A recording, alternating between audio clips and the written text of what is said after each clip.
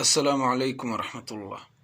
قل إن صلاتي ونسكي ومحياي ومماتي لله رب العالمين.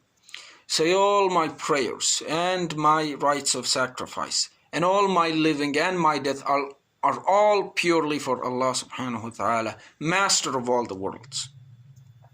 In this video I want to address one of the serious diseases that has taken hold among Muslim community leaders, du'at, and even some scholars. We Muslims have the responsibility and duty to stop the world from going to the extremes, as it has been going to the extremes ever since Muslims became too worldly and thus too weak over a century ago. How are we going to stop the world from going to the extremes? Our father Ibrahim alayhi salam has set an extraordinary example for us.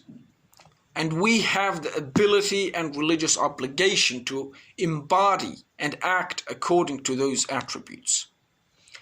The first attribute of Ibrahim alayhi salam and that of genuine believers is complete and undisturbed devotion and submission to Allah subhanahu wa ta'ala. Our father Ibrahim alayhi salam was always oriented towards those goals that Allah subhanahu wa ta'ala set for him, and with unshakable optimism and faith in the promise of Allah subhanahu wa ta'ala. We have the duty to emulate that example. That is the legacy to which we have to look up. The second attribute of our father Ibrahim alayhi salam was independence of action and always taking the initiative, not waiting for some Messiah figure to arrive and take charge of the situation, not waiting even while he is a boy for some senior figure to arrive and take hold of the situations. No. سمعنا فتى يذكرهم يقال له إبراهيم. That's what the mushrikeen said when they saw their idols destroyed. We heard a boy, fatan, a boy talking about them, supposedly called Ibrahim alayhi salam. Third, selflessness and generosity. Fourth, reliance on Allah subhanahu wa ta'ala.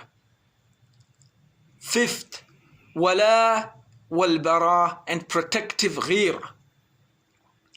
And last but not least, long-term thinking.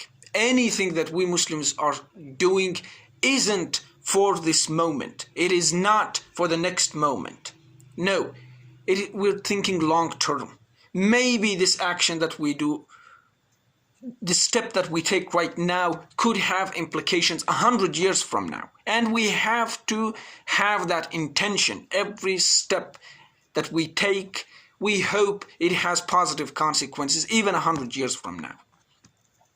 Muslims, and especially our community leaders and du'at, must stop self-censoring.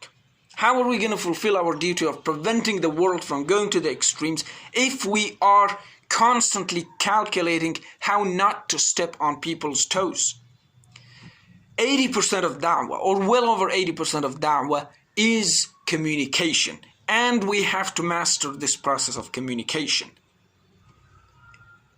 Self-censoring is not one of those attributes of mastery. People in the ummah who are well versed in media studies and have strong personality and have mastered rhetorical tactics should be given the responsibility of presenting Islam and Muslims on local and global platforms, and not those who have only inquired into religious sciences through Western academia and have no militancy or no real ghira and allegiance to the